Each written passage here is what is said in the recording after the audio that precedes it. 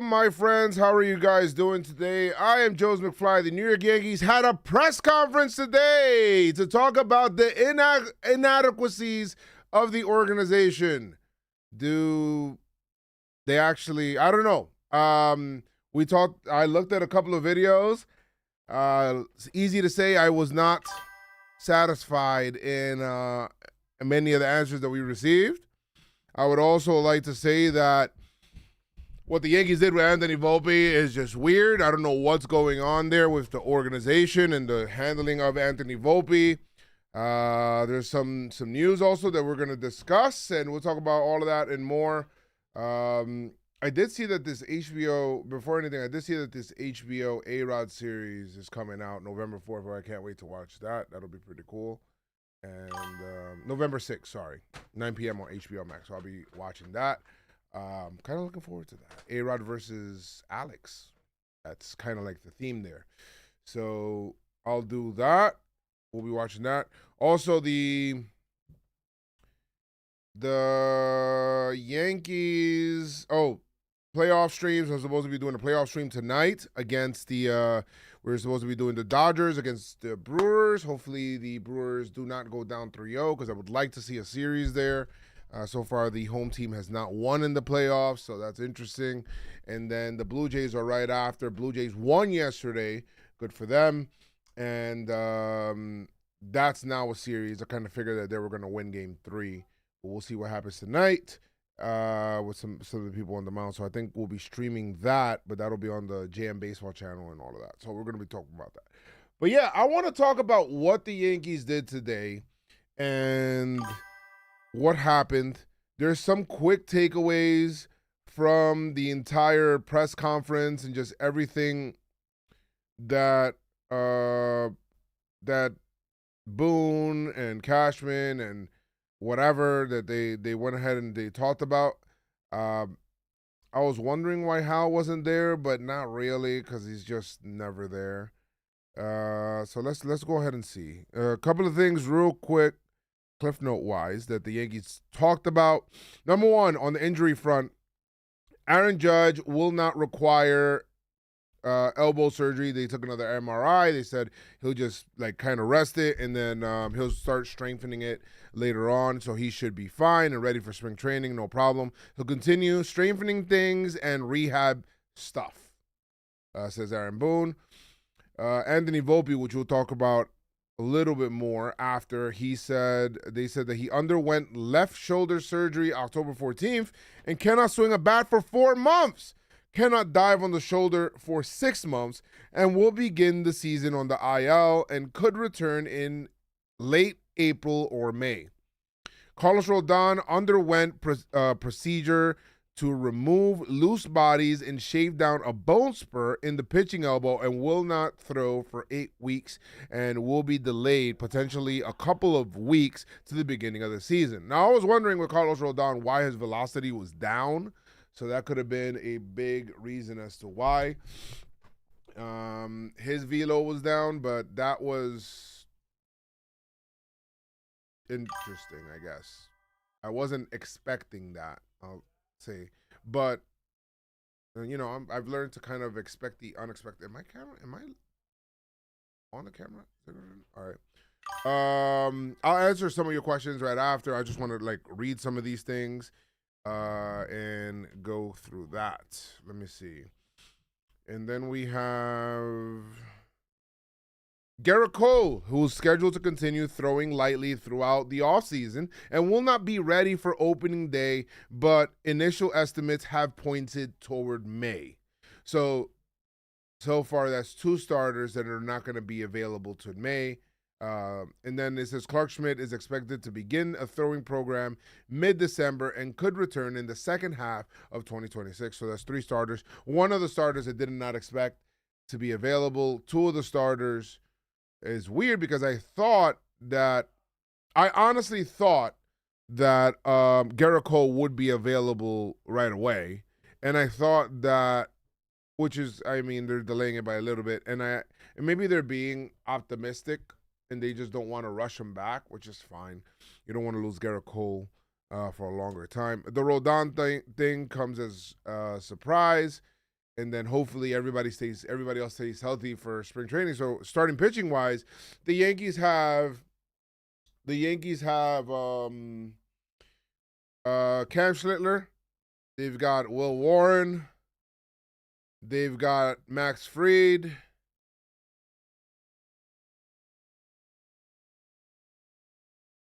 Luis Hill.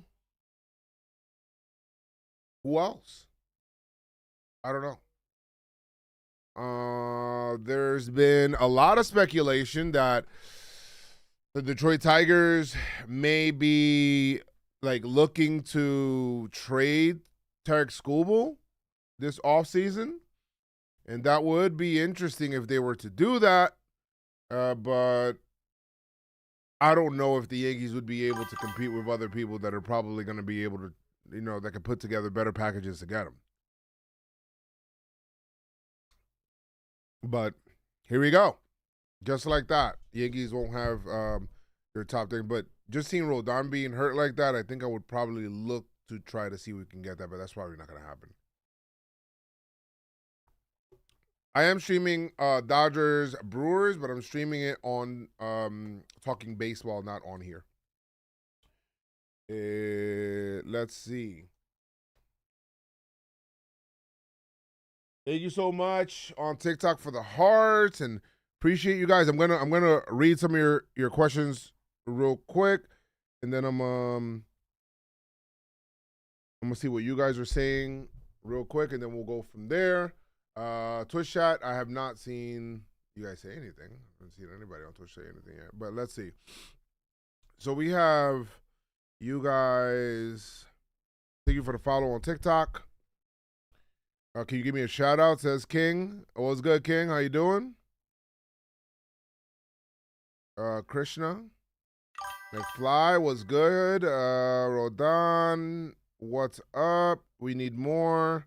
Need more pitching. Was good, Charlie. All right. And then Tucker or Bellinger. I probably go with Bellinger. We're going to play a couple of sound bits. We're going to play a couple of like Yankee sound bits, bites. And then we'll talk about them and do all of that stuff. I'm going to see what we have. I think we got to start with the Boone side of things, right? Because he said a couple of things that were like, oh, boy. We can get into the conversation of Anthony Volpe real quick, right? Because the Anthony Volpe conversation is, to me, it's starting to become fascinating, right? So here's the story. Apparently, his shoulder was worse than what they thought. Boone says, and you guys will hear it in the video that I'm going to play, Boone says that his shoulder did not prevent him from playing well. Cashman says he's starting to think that the shoulder prevented him from playing well. So which one is it? Because it's got to be one of them, okay? It can't be like, it's got to be one of them. I think it obviously affected him. I also think that this is who Volpe is, and what are we doing, But the Yankees' excuses for Volpe is it just keeps happening over and over again. Here we go. Volpe was asked, does he second guess himself for playing Volpe throughout this postseason, even though he knew that his shoulder was hurt and he was ineffective, basically. Let me see here. Oops, wrong one. Bro, why does this happen? Okay. Here we go. This is what Boone said. Now knowing how serious Volpe's injury was, do you have any second guessing of playing him as often as you did? No. And why? Because his production obviously was limited offensively and defensively. After the trade deadline, you had a replacement available on the bench. So why wouldn't you have gone to him knowing just what he was going Yeah, through? I mean, even going into this winter, like, surgery wasn't a certainty. It was do we do this surgery? And really what it comes down to is we have this time now, and Anthony ultimately deciding, like, because there's things that he does to it over the course of the year that aggravate it, right? I think for the overwhelming majority of the year, it was not affecting his play. There were things like he would dive on it a certain way, tick it off, aggravate it. I think in some ways the injury probably got a little bit worse towards the end of the year based on a couple of episodes that happened, but I don't think it was impacting performance. And this is something that, you can play with and play through, but the finality of getting it fixed now hopefully frees him up to really go dive on it the way he's going to dive on it and make those next level of plays that Anthony makes. And then hopefully, because you're fixing something that is, hurt on the body, that hopefully, it does help performance too, like go to another level. All right, so a couple of things there, a couple of word vomit, whatever, I don't really understand. Listen, he's saying that he doesn't believe that it affected Volpe's performance on the field. I disagree. I mean, if we take a look at the offensively, maybe if he's talking about offensively, Volpe's always been this player, which has been horrible. Look at this. Last year he was this. The year before he was this.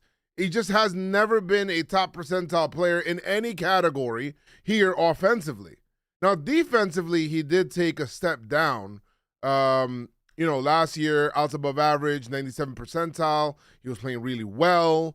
And this year, he was horrid. I mean, he was all the way at the other side, did -6. So it wasn't good there. So for you to, I don't understand. Do the Yankees not have the metrics that us regular people do? How do they not see that it affected his performance on the field? He was dog shit. He wasn't good. Now, it didn't affect his performance because he was remarkably consistent, right? He was still the same player. Last year, he didn't have the shoulders issue. And by the way, he got this injury back in May, and he's been struggling since. So it's pretty frustrating to see this. And, I mean, just look at this. This was last year. He was healthy. And now this year, it's the same offensive player. Just defensively, he's worse.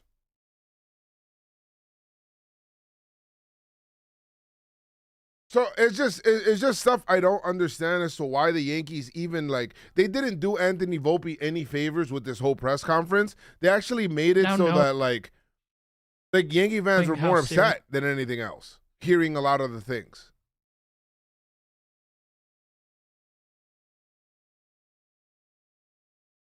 All right, so this is Boone was asked if he sees Anthony Volpe as his starting shortstop in 2026. Understanding his season may be delayed, do you still see Volpe as your starting shortstop going into next year? Yeah, I mean, he's right in the mix to do that. So I think one of the things that I'm proudest about for Anthony is, obviously it was a very tough season, for him in a lot of ways. And I think he got a lot of, arrows thrown his way. And I always feel like he handles those things so well. And really for the first time since he's been here, because I think it's important to know how good a defender he's been. And he went through a stretch of 4 to 6 weeks where he struggled on that side of the ball. He made some, errors that he shouldn't have made, some key spots where he made some mistakes. I think it's really important to note that how well he played on defense the final 8 weeks of the season, very much in line with who he's been in the 3 years that he's been our shortstop. So the defense, I feel like, really returned to a level that we've come to know with Volpe after going through some tough moments there in the middle of the season. Understand. You know what's funny, man? And this is what I laugh about, bro. Let me just fast forward this here. What I laugh about this is whenever they talk about Volpe, they only want to talk about defense, which defense is shortstop is a defensive first position. Sure. But the guy offensively is not a major league player. Offensively, he's not a major league player. He's not. Look at this. 212, 19 homers, 72 RBI, 663 OPS. You got 19 homers, sure, there's a lot of bad pitching in the league, 19 homers, so the Yankees look at that like, yeah, that's good. But it's not. For you to have 19 home runs and you have a 663 OPS, that's bad. That's like really bad, guys. That's like really bad. Really bad. Because 19 homers allows you to have a good amount in slugging. He's not getting on base. You know, it's just not. It's not a good major league player, or the Yankees hitting philosophy is the worst philosophy for him.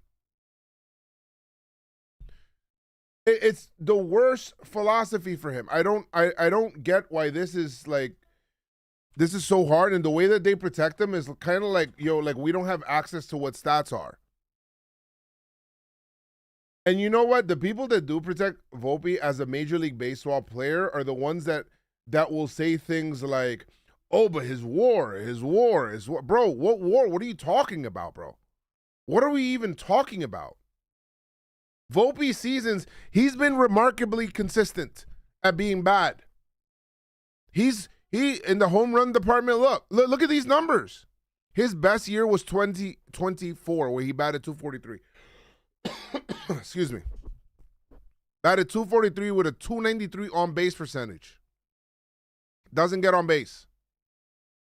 These are his numbers.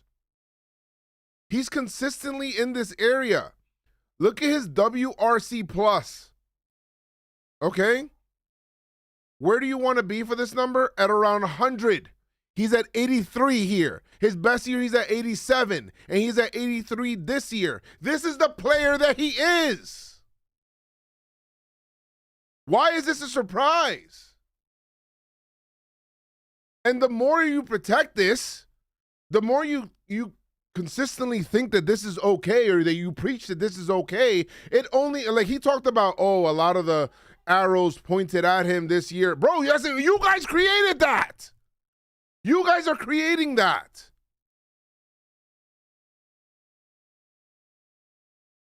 Volpe's a guy that you guys need to, Volpe's a guy that you guys need to go ahead and bring around, and you should have sent him down to the minor leagues a couple of times. That should have happened. They talk about, I swear, bro, they talk about Volpe in a way they've never spoken about Didi Gregorius. And if you want to compare, which it wouldn't even be freaking fair to compare Didi Gregorius' numbers as a Yankee to Anthony Volpe. I mean, what are we? Look at this. Look at this. Look at his 2018 season. A 122 WRC plus. This is a very good player and very good defensively. Well, the Yankees never spoke about him that way. No way. No way.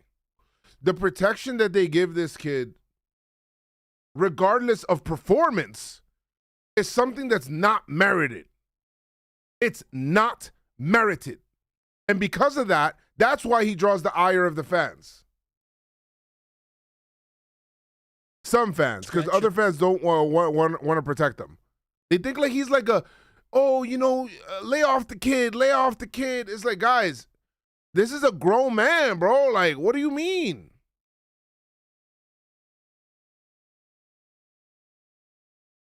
They asked Cashman about the starting shortstop. They asked him about what was going on there, and then this is what Cashman said. Shit is a freaking joke. Anthony and Aaron Boone both said that Volpe's injury didn't impact his performance much. Do you agree with that assessment? And if so, what makes you think he can be a positive contributor post-surgery? I think... Fresher, Storm, thank you so much for the prime. I appreciate you, my brother. I personally think now I'll start leaning more into that, yes, it was affecting him. Because Boone says it wasn't affecting him. Cashman says it was affecting him. ultimately he had to have a surgery. This is his third year in the league. None of that was really on the table, in season. So I think all things can be true. Was it bothering him to a level that was getting to a height of concern for us? In season, the answer is no. Why is that? Player says it wasn't bothering him at that point. His physical testing was. The player says it wasn't bothering him at this point. What? I don't understand. You guys have numbers. You guys are one of the best organizations in the world. You guys have all the resources in the world. You can tell that the injury was affecting him. Defensively, he was horrible, which is actually that was actually a surprise. You know? How bad he was defensively was a big surprise from last year. So you guys see this. Why don't you guys think that that's a problem? And you guys know about the shoulder. And you guys keep saying that it's not bothering him because he's saying that it doesn't bother him? Every number says that it does. Coming back strong. We did an MRI that showed some old stuff in there. Ahmad recommended we can do a shot, and you banged it, falling on it, diving on it. That seemed to take care of it. You forget about it. Struggles keep happening. Conversations between your player and your trainer. These players, first and foremost, are super powers. They're superpower. They're superhuman beings where the things that bother us physically, in a massive way, I don't think these alpha dogs, for instance, it bothers them as much. Bruh. This is I get it. A lot of athletes play with a lot of injuries. They play through a lot of injuries. Some of them are actually able to be very good playing through injuries. Volpe's not that guy. Why do the Yankees... I got a question, man.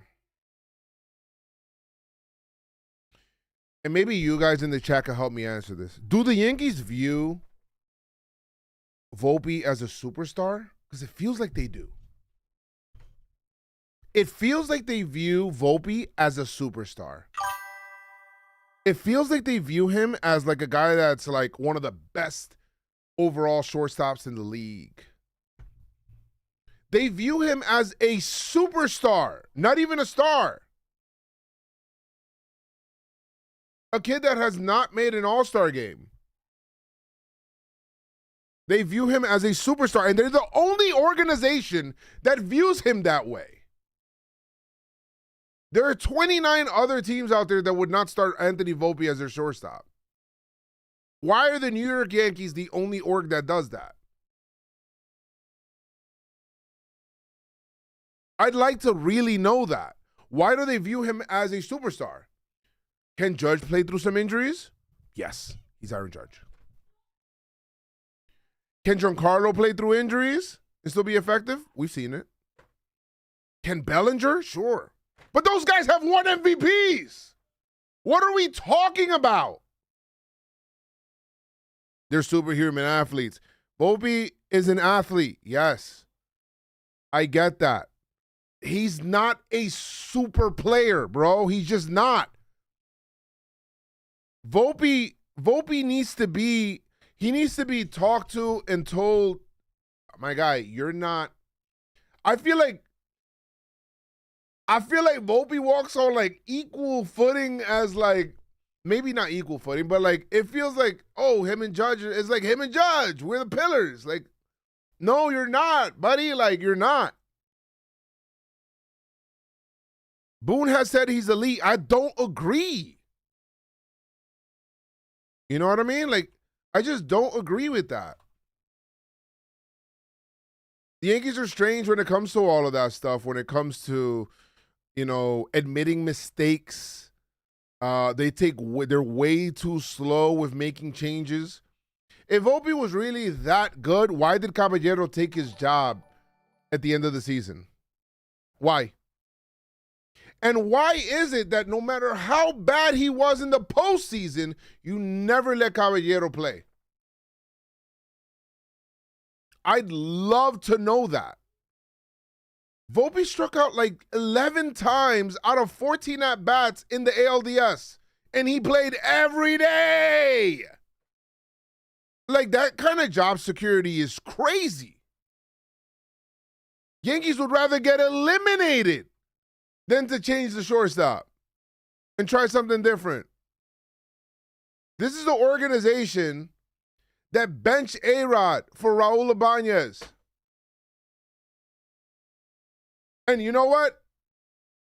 At the time it worked, and I agree with it. It's like, all right, fine. We do what we got to do to win. But that's what the Yankees used to be. They're like not that way anymore. They're more, let's coddle this fucking kid because let's just, I don't want to hurt his feelings because he didn't start a playoff game that we might get eliminated from a division rival. Let's coddle him because we don't want to lose the kid. Bro, if the kid can't handle that his numbers suck and that's the reason why he's sitting down, then you know what? I don't know. But yet you go on the other side and you praise Jason for losing playing time. You get what I'm saying? You praise Jason for losing playing time as a result. And the way he's handling losing playing time because of his production and not being able to hit left-handed pitching. And you know what? That was warranted. They treat Jason Dominguez the right way. The way you should treat a rookie. They've never given Anthony Volpe that energy, and I think it's because they feel he is a superstar. The Yankees have said that they have compared Anthony Volpe's years to Dansby Swanson. You know what? Sure, but Dansby Swanson is more of an exception, not a rule, right? Like, that doesn't... Like, let's take a look. Hold on. Because I feel like this is almost low-key disrespectful to Swanson, but I get it. If we take a look at Dansby's first, what is it, his first 3 years offensively, I can see that. Let's go back. When was that, 2017? This is his rookie year, right? Defensively, he wasn't that good either, and there's some good things here. But let's see. Let's see how that progresses. Let's go look at 2018. Defensively, he was really good. His run speed was really good. I think he was stealing bases as well. 2018. Let's go ahead to 2019. Guys, what are we talking about? What are we talking about? Look at his third year. What are we talking about? 2019. This is, I feel like, bro, this shit, if I was Dansby Swanson, I'd be like, yo, this is defamation. I'm suing. You guys are trying to sully my name, bro. How? When have we seen these? If we got this from Volpe, I'd be ecstatic. I'd be ecstatic. What were his full numbers that year? I got to see his full numbers in that season. What was that, 2018?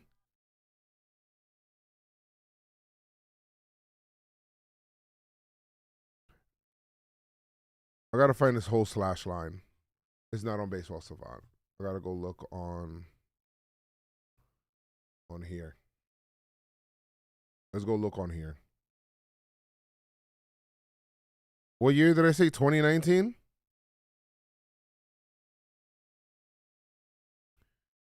$2018, right? No, 2019. It was 2019. 251, 325, 422. He had a 747 OPS. Oh, my God. I would kill for Volpe to have a 747 OPS. I would love a 747 OPS from Volpe. I'd love that. I'd love that.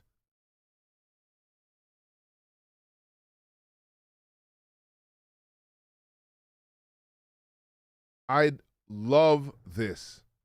Thank you for the follows, by the way, guys. Look at that. That's a nice balanced season. 2020, whatever, pandemic year. You don't want to take that. 2021, 240. Bro, if Volpe had these numbers consistently, I would be happy having Volpe as my shortstop. Very happy. Year 3, there was progress. Offensively for him, like, look at these numbers offensively, right? He went up in homers. He did there was progress offensively for Volpe, for Dansby Swanson every year. Volpe's been the same player for 3 years. Yankees have made no adjustments. He came in to from the offseason into spring training last year and said, "Oh, what changed about your swing? What did you do to change your swing?" He says he didn't change anything. He says he just thinks that, him being around the league, he'll be better acquainted. That was the game plan coming into this year. You can't make it up. You can't make it up. I don't want to make this only about Volpe or whatever it is, because I think the Yankees have a bigger part in it because they're also not helping him develop. So I think that's that's what needs to start drawing the ire, really. Why is it that the Yankees have only developed one Major League Baseball player, basically, on the, position player side since 2017? Since Aaron Judge came, the only guy that was able to be developed by the New York Yankees has been Aaron Judge.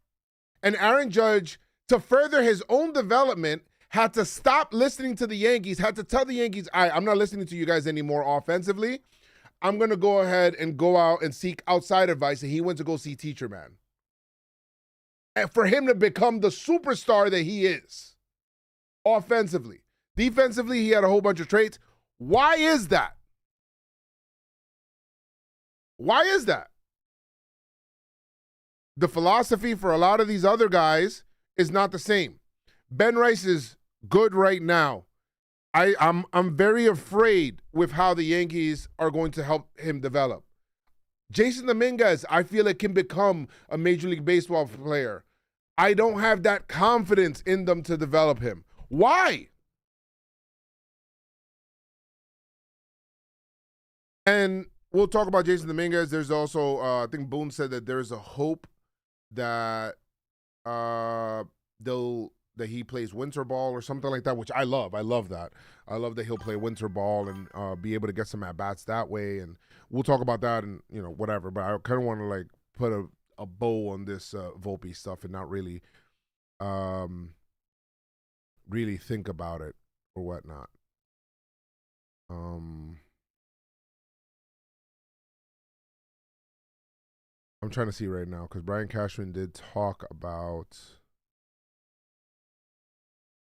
He talked about Volpe. Shortstop is such an important position in an organization. So you got to be able to get that right. It's also not easy to get shortstops from anywhere. You get me? People that can play the position is not easy. You still see him as your starting shortstop once he's back? I mean, I think so. I think, I believe in the player still. I think we believe in the player. It doesn't mean that. Why? My follow-up question to him saying we believe in the player is why? Why do you believe in the player? I'm not even trying to be funny. I'm not trying to be disrespectful in any way. Why? Why do you believe in the player? What number shows you that you feel like this player has been getting better year to year? What, is it just defensively? Is it just I need to know so that way I know how they're grading people because I don't understand. I honestly don't understand. We don't play with, on any level, all aspects of roster assessments. He's 24 years old. I don't think New York stage is too big for him. It just, it's still finding his way. And the age is something that, there's a lot of value to reminding yourself about that. You see, whether it's in our sport, players that eventually figure it out, as they go down the line. You watch the NFL, these number one pick quarterbacks that franchise put in. Quarterback is vastly different, right? That's way different. You get what I'm saying? So everything in. You know, shortstop's kind of a Maybe you're quarterback making one and a position, half. center field catcher in baseball, and you see that, you know, players that you know you expect a lot, you know, at early on for seasons, but then they're not living up to their growing pains, so to speak, as they go through getting their sea legs under them somewhere. getting their sea legs under them. Hold on a second, Cash. This is after the 2023 season, his rookie year. Maybe you're making a Well, point I'm and a half watching above other young us. players come up and succeed in the major leagues. Am I missing the young players who are coming up who With are the Yankees. offensively succeeding in the major leagues? So you're saying that we can't produce major. I'm not saying you can't. I'm asking. You described it as indisputable. I'm asking you where, like, ultimately. But the example Look how defensive he is.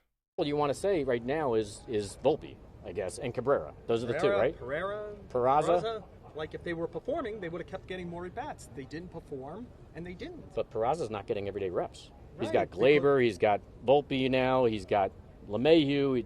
Prior to that was Donaldson. There was not a lane for him to even play. So I don't even know why you used Peraza.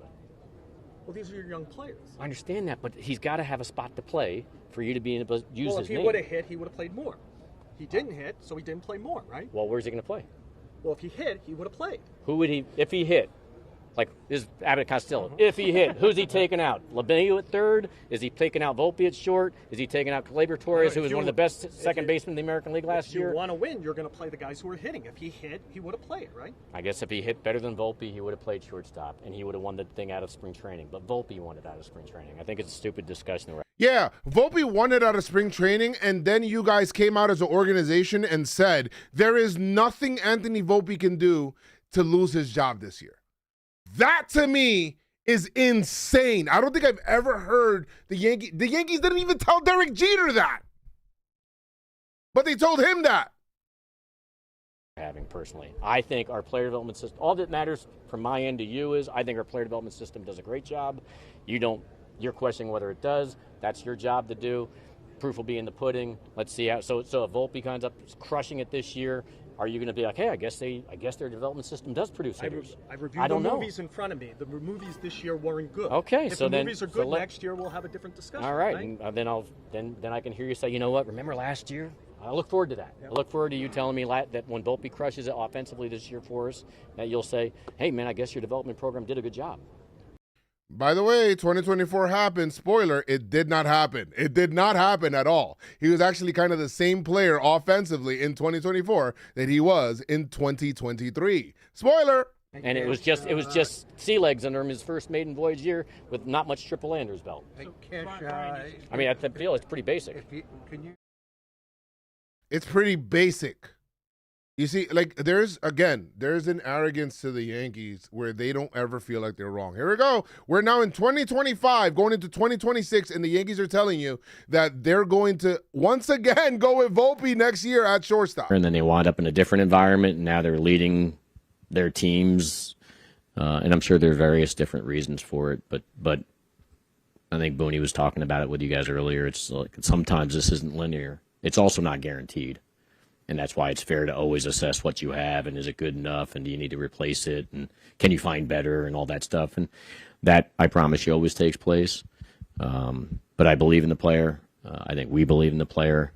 I think the injury probably contributed to the performance season that he wound up having more so than we would have thought based on our intimate involvement with him and our medical staff and how that played out and the facts are the facts. He had to have a surgery that's going to take him down. He's not going to be ready for spring training, which therefore will put him out to start the season. He'll be on the IL and be ready sometime in April, maybe, worst case scenario, May. But he's going to get a late start just because of that. So somebody will be playing shortstop, not him opening day.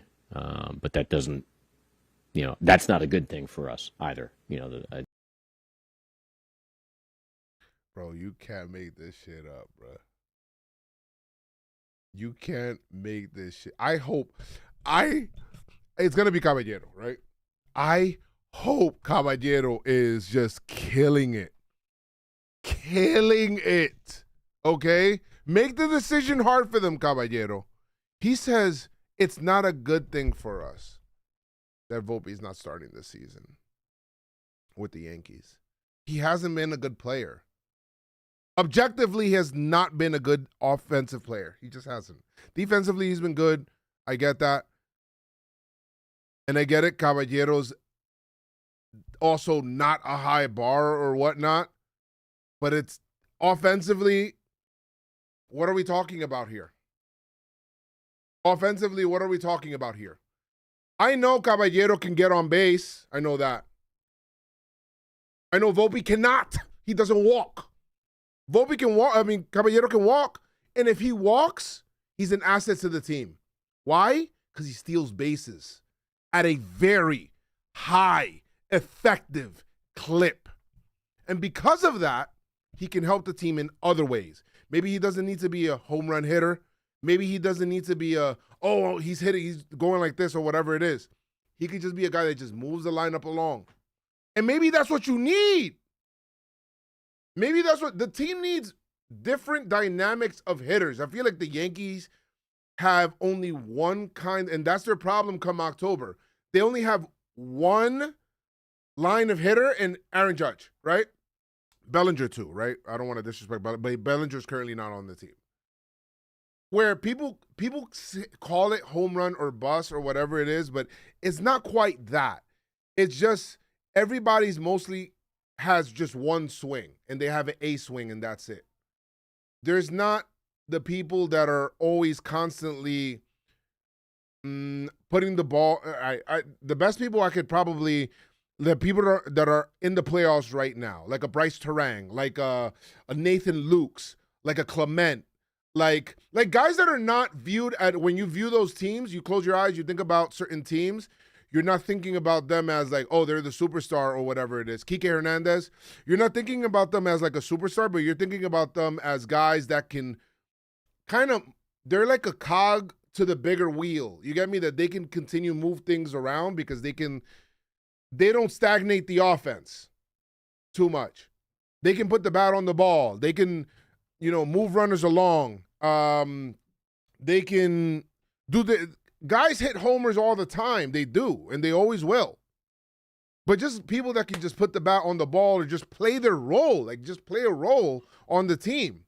A guy that can just put down a couple of bunts or whatever it is. Like, God forbid you ask Volpe to put down a bunt. I think missing him and not having him here as an option for us to be, there is a problem. And, I'm looking forward to getting a fixed Anthony Volpe back so, he can be deployed and help us win games. What is the fixed Anthony Volpe? I'm interested in seeing that. So do the Yankees, so if it doesn't work out, if he comes back from this injury this year, he's fully healthy, and it doesn't work out this year, what is this? Now, this is the fixed Anthony Volpe, and he's still, let's just say he is. And I hope because it looks like we have no choice, right? I honestly do, and I feel like people misconstrue my anger, and meaning that I want Volpe to fail. I don't. I want him to succeed because obviously that would help the team, right? If Volpe could come out and do 300, like I would love to be wrong about it. Like I don't care. I have no ego when it comes to that. I just want to see this damn team win, right? So I look at the efficiencies. So if I can say, if Volpe comes back and he's the same player, and now you're in year 4 going into year 5, and we're here sitting again in the same situation, and you're reevaluating again, are you now making the decision that you should have made 2 years ago?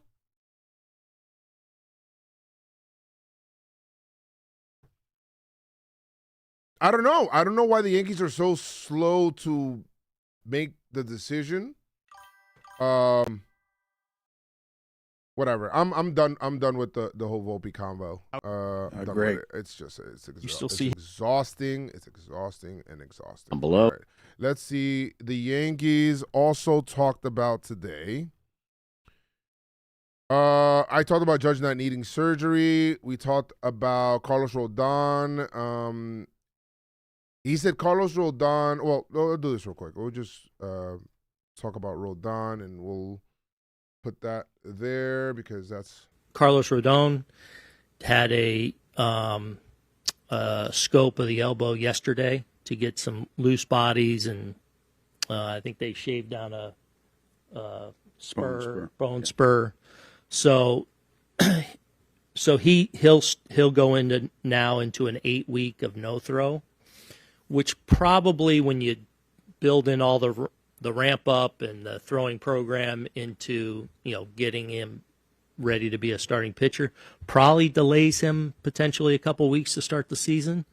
But everything went well yesterday. He had the surgery out in L.A. with elytrage. And so for now, he's 8 weeks no throw, and then he'll start his ramping up in the middle of December, his throwing program. Carlos Rodon. That was on Carlos Rodon. That sucks, but, he's trying to get that cleaned up and whatnot. Just where it's at. Let me see. I don't want to talk about Anthony Volpe anymore. This is on Garrett Cole, where Garrett Cole is. Do you have an update on Garrett and his recovery process? Yeah, Garrett's doing well. I think he starts getting off the mound a little bit lightly next week. And then I think he'll have at some point here in the next few weeks, he'll have a deload back off session. He'll meet with elytrage again when he goes back to California, probably sometime next month, and then before spring training. But he's on track to hopefully, when in spring training, at some point in spring training, hopefully we'll see him on the mound starting to face live hitters and start that progression and that ramp up. But so far everything's gone according to plan. Is he in play for opening day? I wouldn't say no, not opening day, but hopefully not too far after. Do you have an update on? I think for Garrett Cole, I think he's gonna miss like a start or something like that, like one turn through the rotation. Like that's what may happen there, or two. I think it's fine. I don't really have a problem with that. I think Garrett Cole is progressing fine, and I wouldn't want to rush him anyway. So I think that's fine there. They asked Boone about winning the World Series, and he gave an interesting answer here. Aaron, you said something like you have to outplay them, at that time of year, and you haven't yet. And you've offered something like that pretty much each time we're in this situation. What would make people believe that a team put together by the people who have been putting this team together, managed by you, with Judge as a centerpiece, will ever actually figure out a way to get to the finish line first? I don't know.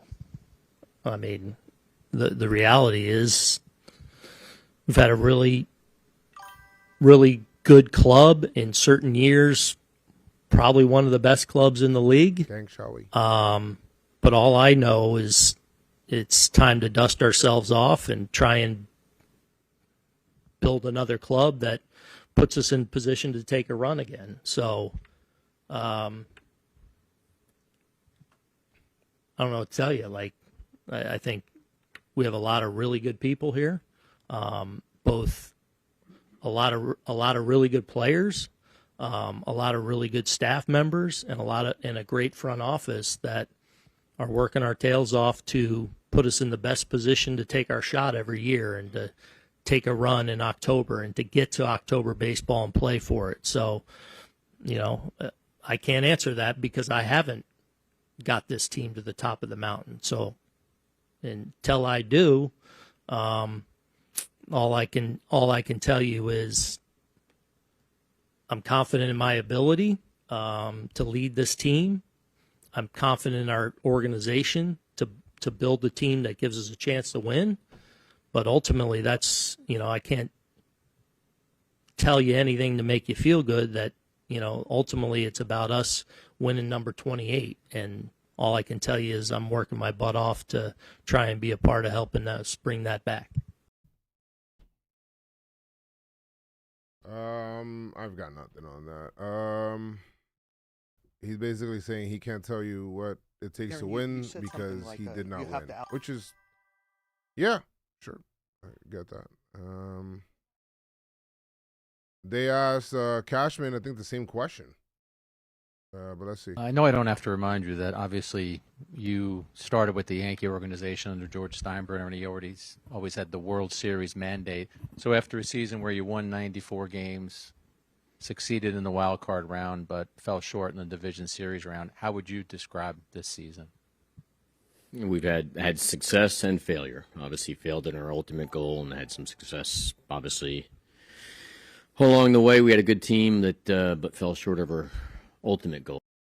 I got just a question. I'm not being arrogant, Yankee fan. What was the success this year? Individually, some players, successful years. Aaron Judge, absolutely successful year for Aaron Judge.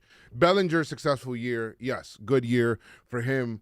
Trent Grisham, successful year. Max Fried, Rodon. The Pen did not have a successful year. Some of the acquisitions that we had, like Bednar was successful. I like what we seen toward the end with Doval. Hopefully with spring training, that'll get better. I'm just thinking about the successes because we didn't win the division, so there's no success there, right?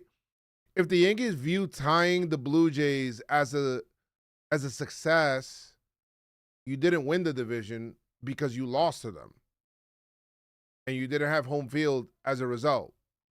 So there's that, right? So that's not a success. Do we want to talk about beating the Red Sox, who were hurt in the wild card round? Sure, I guess. Ben Rice was a success. Cam Schlittler, especially his emergence late and being in the playoffs, was a massive success.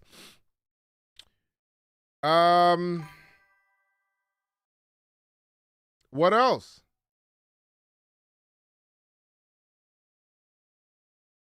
I'm thinking about what else, honestly. Maybe you guys can help me here in the chat. I don't understand. Like, what's success? So, I leave it for the masses to debate. What it ultimately came out of. Proud of a lot of things we accomplished and players that we, I knew that they were fighting. They were talented. They were fighting. They were committed, and but wasn't good enough. I know I don't have to remind you that obviously wasn't good enough. Oh, that's it. That wasn't good enough. He did talk about free agency, but he didn't say anything there. He says that I don't want to weigh in on that now. He doesn't want to talk about what we actually need yet. I don't know. He did say Bellinger was an impact player and that they haven't got into conversations with him, which I think they should before other teams talk to him so you can find out what his parameters are or what he wants. But Cashman will maybe talk to him in the next couple of days before the World Series ends. I would hope so that way other, you can talk to him before other clubs speak to him. Oh God, I can't. A lot of Volpe questions today. They talked about Hal Steinbrenner and how he feels and all of that. And I mean, Greg and Eric. You mentioned Hal. How would you describe what your conversations have been like with him in the aftermath of getting knocked out and how he's kind of taken it all? Yeah, I mean, he's frustrated, disappointed. He wants it. He wants a championship here, another one, just like, for him and his family. So I'll speak on behalf of Hal and his family. They, I think, believed, not just recently, but many times that we had a chance to do something. But, it's not a given, if it was a given and people who had that championship caliber gene that had punched through, if that gene was repetitive, and I'm not talking about a gene from handed down from father to son, like, the great George Steinbrenner who belongs to the Hall of Fame, to his son. I'm talking about a gene of winning.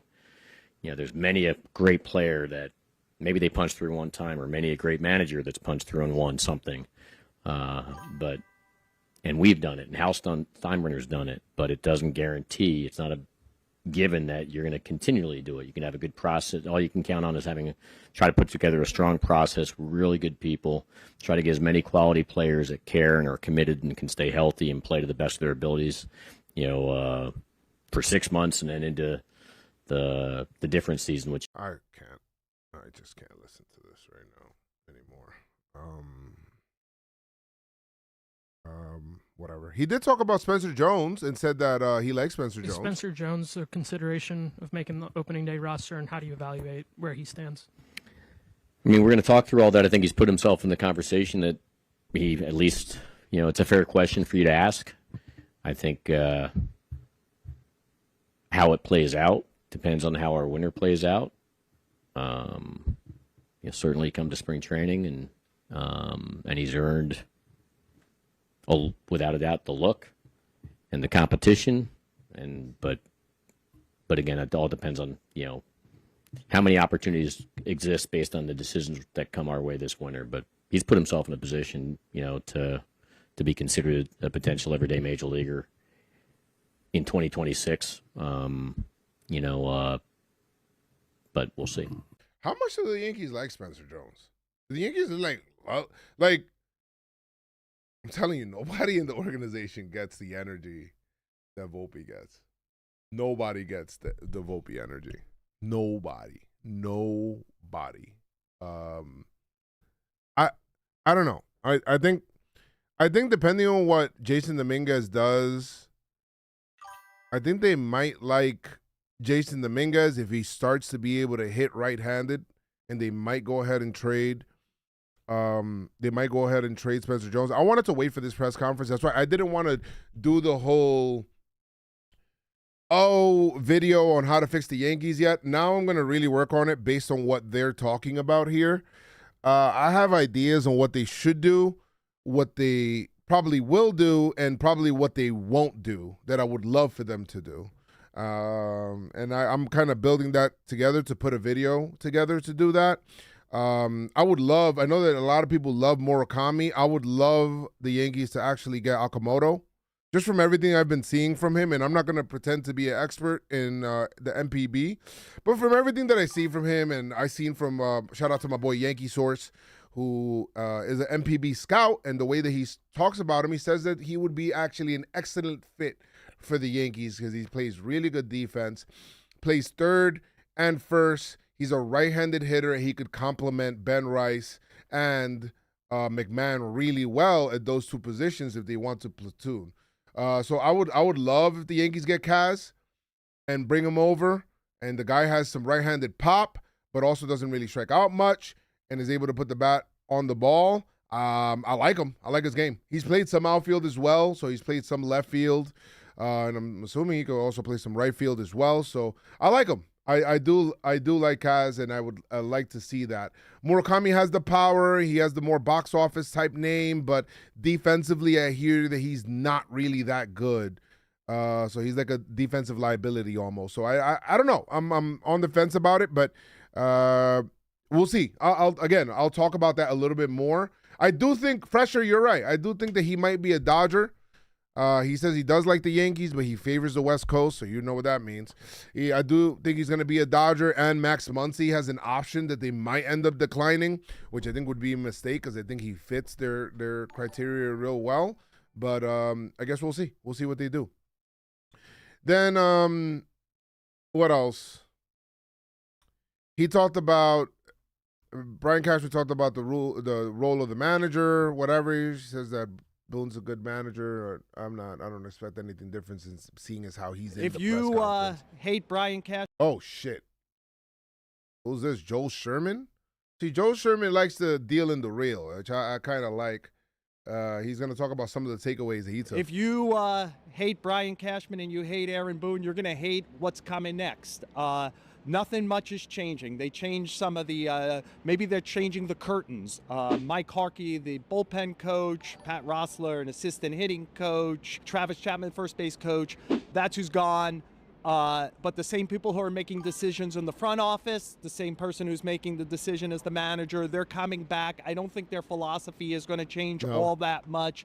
So they're putting a band back together, and I will call that band until something changes the Red Zone Yankees. They're really good at getting close to the goal line. I asked both guys today if they had thoughts on what would get them those last yards and over the goal line into the World Series end zone. Sorry for the terrible analogy. To the Canyon of Heroes. Nobody offered anything firm except for you take more shots at this. You keep putting good teams together. and you hope that one year everything lines up and goes as you hope. That's crazy. The fact that the Yankees' hope is hopium is crazy to me. That's wild. It's wild. It's crazy. It's crazy. Brian Cashman has been the GM for 30 years now. I know he's a good GM and all of that stuff. He's good. He knows the industry. He has a lot of connections, all of that stuff. Sometimes a new voice wouldn't be a bad thing. And yes, I think Hal has a fear of like, how do I say? Hal has the fear of the unknown, and like he knows that Brian Cashman's his safe place. Like he knows Brian Cashman could do his job, so he doesn't need to. He knows that Brian Cashman could be able to figure things out or whatever it is and put together a team that'll make money. But he knows that he doesn't know if every other GM will do that. He doesn't know if every other GM will just be in line lockstep with him or like have that same kind of communication so that he doesn't, he doesn't have to be as engaged. He could just call Cashman every so often, get an update and be connected and be like, okay. He doesn't know that. And the unknown stops him from wanting to take a chance. And then I think that's a problem. I don't say that Brian Cashman is a bad guy. I don't think Brian Cashman is a bad GM or whatever it is. Sometimes, obviously, the message isn't working. Yankees haven't won in 16 years. They made the World Series once in that time, and they lost embarrassingly. Bad. The last 3 seasons in elimination games, the Yankees have looked horrible. There's something going on that's different. The Yankees don't even like to use the term fired anymore. The Yankees haven't fired a manager in forever. They like to, the contract expired, we're not bringing them back, or whatever it is. They like to do that with the coaches. They like to do that with the managers. They like to do that with a lot of stuff. I would, there's a lot of things in that way. So that's where it's at, guys. I think next year is going to be a lot of the same. The Yankees are going to probably start off really hot. They're going to look really good or whatever it is, especially when Garrett Cole comes back and a lot of the pitching comes back. Going to look really good. When they come and they have that June swoon, we're going to have the same thing come June, July, August. We're going to, I don't know, they may or may not win the division depending on what the hell the other teams do. It sucks that we have to depend on what the other teams do or whether they suck or not. I don't know. I expect the Red Sox to be better next year, but we don't know. The Blue Jays are good now. Well, we don't know what's going to happen. So we'll see. And then from there, I think we'll get into the postseason. And once again, the Yankees view the postseason as a crapshoot. That's what they view it. Just a crapshoot.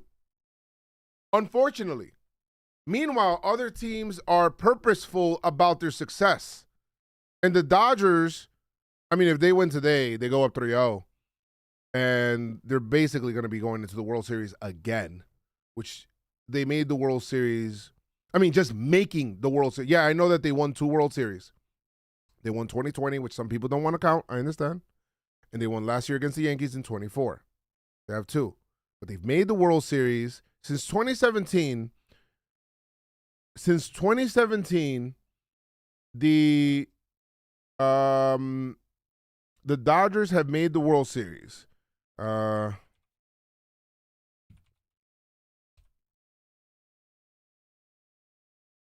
me see. Oops, I'm sorry.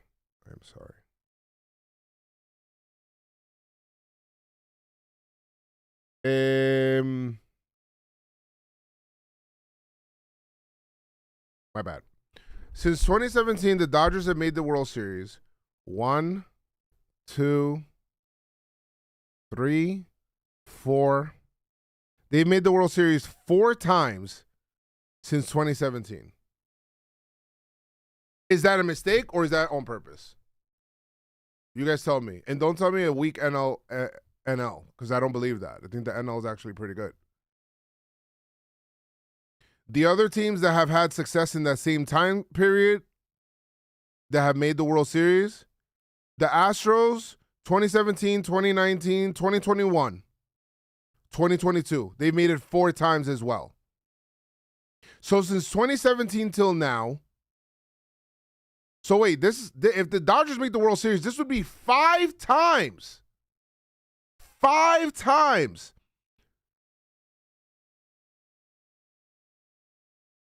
I mean, don't tell me that's called success is more purposeful, right? If they make the World Series this year, they would have made the World Series 5 times in the last 9 years.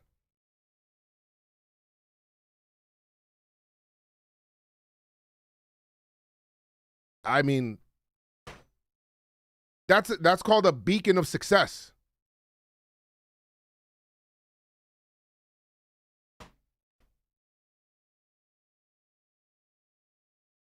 And it's not like Hal doesn't spend money. They spend money. The Yankees spend money. But asset allocation has not been the best. It has not been the best. Out of 5 World Series, they won 2. At that point in time, you get to the World Series, yes, anything could happen, whatever. Other teams are hotter or better pitching. Okay, but you got to the World Series. You won a pennant. You got there 5 times in 9 years? If they make it this year? Nice. That's what the Yankees used to be. People only talk about the 90s about, the Yankees won those 4 World Series. Hey, expand it a little bit. In those 4 championships, they made it. What makes it really incredible, they made it 01, 03.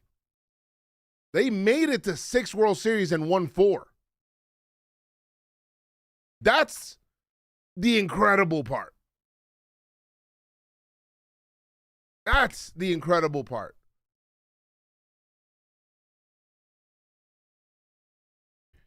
I ain't got nothing else to say. The next video that I'll probably do, we'll probably do like a stream on here as well, like me watching either ALCS or NLCS. But we'll do the World Series stuff. I'll watch that as well. Look out for me in JM Baseball or here. I'm also gonna be working on the videos, so I would love to do like a Q&A as well, like people doing Q&A as part of another video.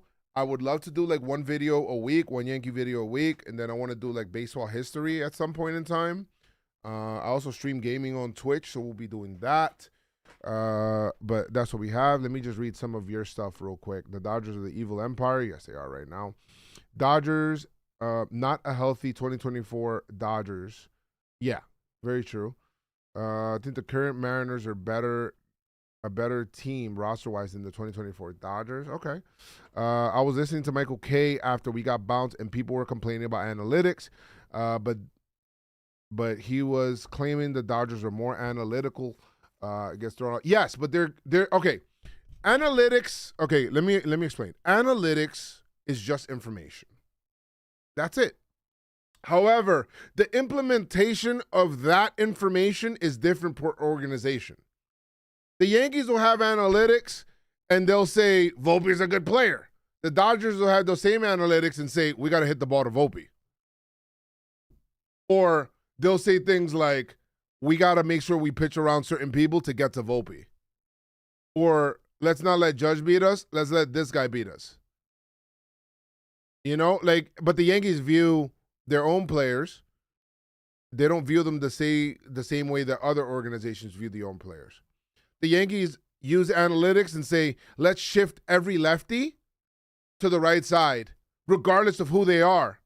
The Dodgers say, you know what, certain lefties, let's just keep them here because they play more straight up. The Yankees say, let's shift Freddie Freeman. Freddie Freeman beats them the opposite way every single time. You can't make that up. It's about how you implement the information that you're getting, not the analytics. I think every team is smart to have analytics. And that's it. They're just not implementing it in the right way. You know what I mean? The Dodgers also, while they view like a data point on them, they also take into effect of like, yo, this player performs a certain way in certain moments, and they'll put him in that. Kike Hernandez. The Yankees don't believe in hot. They don't believe in, this player's going good right now, so maybe these numbers against this player that he has better numbers against are actually amplified because they're going good. But if they're going bad, these numbers that they have against this player maybe are not as amplified. They don't believe in hot. They don't believe in this player's going really good, he's hot, or this player's going really bad, he's not. They don't believe in that. So there's they believe in, like, I don't want to say that they believe in three true outcome baseball anymore. I think they still value certain things or whatnot within contact, but they view certain things as like, if you hit a fly ball center field really hard and it's a fly ball, they view it as unlucky to the batter. Instead of like, that pitcher's pitching to the ballpark, maybe let's do something different. And they believe in everybody always taking their A swings every time because they feel like over a long season, that A swing will perform really well but the problem with that is when you get into the playoffs with that kind of philosophy, you are now one-dimensional as a hitter. And you being that way, you don't adjust. Unless you're somebody like a Bellinger, you're somebody like a Judge. Giancarlo's been around the league for a long time. Like, people that don't need the Yankees hitting coach. You know what I mean? Those guys are still going to be the exception to the rule, and they're going to say, oh, these guys always take their A swing. No, they have different variations of their swings. Every single time. They make adjustments in at bat per pitch. The other guys have their A swing, and over a season, the numbers will look pretty. And this is why Volpe will have his 19 homers. And that looks like, oh, shit, wow, that looks good. 19 homers. But then his OPS is 660-something. He's not getting on base. He's not walking. He's swinging hard every single time. He's not thinking about putting the bat on the ball, putting the ball to the left field, when, hitting against the shift, hitting behind runners, trying to move runners along. There's that situational part of hitting is not it. Yankees had a lot of sac flies this year. But I bet you a lot of those sac flies weren't because they had the mentality of like, oh, situationally, I got to get the ball in the air. I think that they were thinking of, I just put my A swing on it. And they just swung really hard and it went into the outfield. And that ends up being a productive out. But that instead of that mentality, it should be more of like, let's have different swings for different situations. But they don't have that. So it's whatever. I hope it works out. Other teams have that up and down their lineup. The Jays have that. The Blue Jays have that. They'll have an approach of like, we'll be very aggressive. Just watching yesterday's game, the way that they adjusted and the reason that they won that game, a lot of their hits and runs came on the first two pitches. They were aggressive on certain targeted fastballs in the zone, and they would shoot balls the other way. They'd put contact on the ball. They'd do things like that. And yes, the homers will come. You know what I mean? Like Jimenez yesterday, he got the homer, but a lot of that was because he was trying to pull. He was trying to hit the ball. He was trying to pull the ball so that he could move the runner along. You understand? He had a runner on second. He wanted to pull the ball, whether it's on the ground or in the air, so he could advance the runner to third. That ended up being a home run. That's rewarded. That's fine. So that's what it is.